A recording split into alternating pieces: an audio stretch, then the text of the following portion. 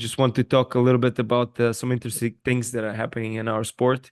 And the most talked about thing in the last 2 days, Devon canceling his match with Dadikyan and deciding to go and take a rest, take a break a little bit. And I think it's very smart for him to do that. He was pretty much very active in the last 2 years. So everybody's like, I see comments and people like, oh no, Devon is done. Yeah, blah, blah, blah. I don't. It's 100%. Let's talk about it because, every time I go over there and see Devon and Jody, I always, I talk to those guys a lot. Great people.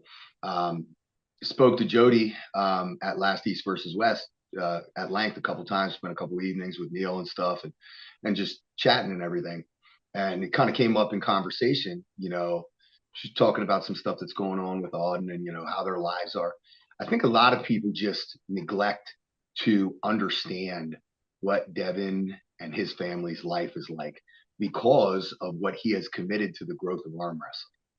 So, like, you can criticize there. People love Devon, people that don't like him, criticize him. He's a public figure. And unfortunately, that comes with that territory of being the driving force and the Conor McGregor of our sport. But I said it to Jody. I said, listen, bless you guys, bless your soul, because I wouldn't trade lives with Devon for any amount of money, because I see what that position of responsibility can do to somebody, or I can see those negatives. And, we talk back and forth, and she's like, thank you. I don't think a lot of people understand that perspective, how much of a toll that can take on an individual and the people around him. So Devon has bore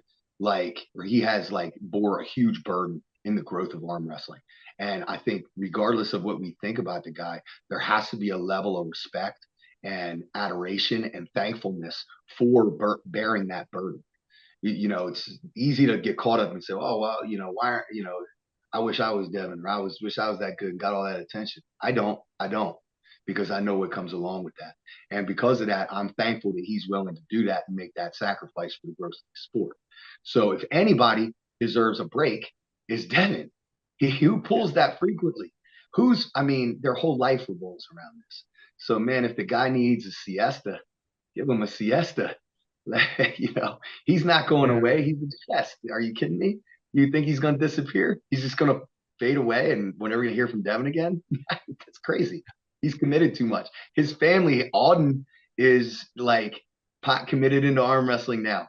Devon ain't going nowhere. So give the man a break. Yeah, man.